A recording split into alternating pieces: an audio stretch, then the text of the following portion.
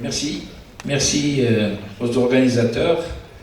Je vais aller droit dans le sujet, donc, puisque je n'ai que 5 minutes et je pensais que j'allais avoir un peu plus, donc excusez-moi si je saute quelques aspects. J'ai articulé ma réponse sur la question qui m'a été posée en 4 petites parties d'1 minute chacune. La première partie, c'est pourquoi il y a des freins, pourquoi les entreprises marocaines ne recourent pas suffisamment à l'innovation. Donc, sans vouloir épuiser le sujet, on va dire d'abord que notre mode de production est encore marqué par le poids des traditions.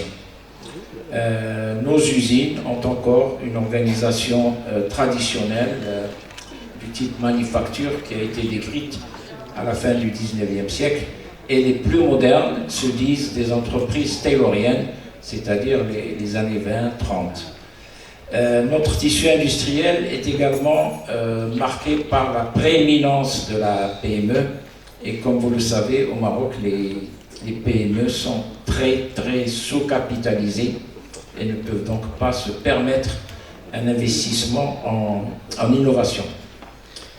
Un autre frein que nous avons, qui est à la fois un avantage dans un certain sens, mais un inconvénient lorsqu'on parle d'innovation, c'est que notre main-d'œuvre n'est pas chère.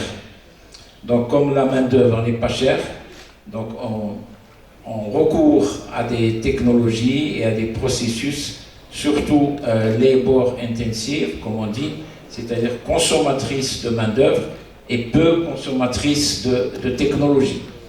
Donc, un avantage pour les uns, peut-être également un inconvénient pour les autres.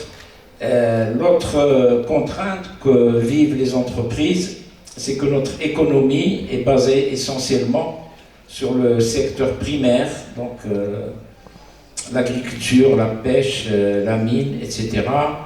Le secteur des services, avec une prééminence des services traditionnels, et le secteur secondaire, nous utilisons surtout donc la chimie lourde et la sous-traitance. Donc tout cela amène à une économie peu diversifiée et en même temps une économie où il y a peu de sophistication et peu de complexité, ce qu'on appelle la complexité, c'est-à-dire une économie basée sur une production assez rudimentaire avec une seule matière première, un seul produit en général. Un autre frein que vivent les entreprises, c'est la comparaison coût-rentabilité.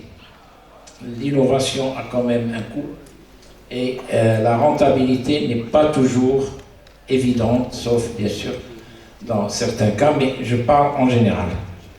Et le dernier frein que j'ai pu recenser dans le peu de temps qui m'a été donné pour préparer cette intervention, c'est qu'il y a une absence de maîtrise des outils et des méthodologies donc, pour conduire l'innovation. Les entreprises marocaines ne connaissent pas ces outils, c'est des outils très complexes. Comment conduire un projet d'innovation. Donc c'est des choses que même dans les universités, il y a encore très peu d'universités chez nous qui enseignent cette discipline. Donc que dire de l'entreprise? Donc ça c'était pour répondre à la première question, c'est comprendre les freins. Maintenant, que faire? Qu'est-ce qu'il faut faire? On a identifié les freins. Qu'est-ce qu'il faut faire et comment associer nos compétences marocaines à l'étranger? Je pense qu'il y a d'abord un premier travail qui est d'identifier l'offre et la demande. Donc, on a besoin donc, de connaître nos compétences. On a parlé de base de données, on a parlé de networking, on a parlé de data, donc je ne reviendrai pas dessus. Mais il faut aussi identifier les besoins, la demande. C'est-à-dire qu'il faut faire une cartographie des besoins. De quoi a-t-on besoin? De quoi a besoin l'entreprise marocaine et l'administration marocaine? Parce que je voudrais également parler de l'administration marocaine comme utilisateur d'innovation. Donc ça, c'est très important de faire ce travail d'identification. Et il faut également associer les associations professionnelles.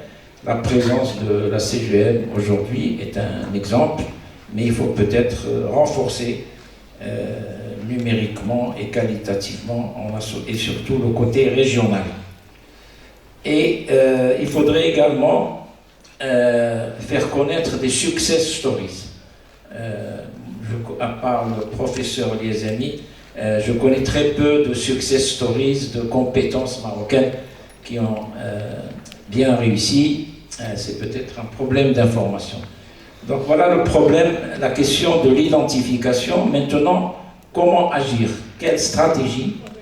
Je pense que les axes seront définis puisqu'on a fait un travail de cartographie, mais je voudrais avoir une approche transversale avec vous, puisque j'ai la chance et la malchance de ne pas être ingénieur, donc je vais parler de ce qui n'est pas hard, je vais parler du côté management. Je crois qu'il y a un problème de management très important qui bloque encore et qui est en même temps une opportunité pour les compétences marocaines.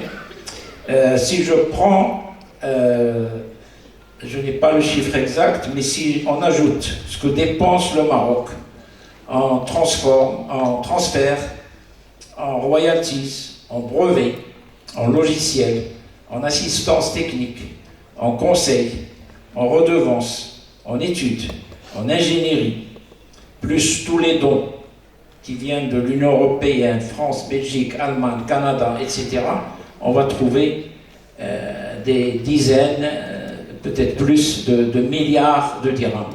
Donc, sur ces dizaines de milliards de dirhams, je pense qu'il y a une partie qu'on peut réserver à nos compétences qui se trouvent à l'étranger et qui peuvent donc soulager à la fois la balance des paiements et en même temps nous apporter un grand apport à notre économie. Merci, Monsieur Laïraqi, merci pour votre intervention.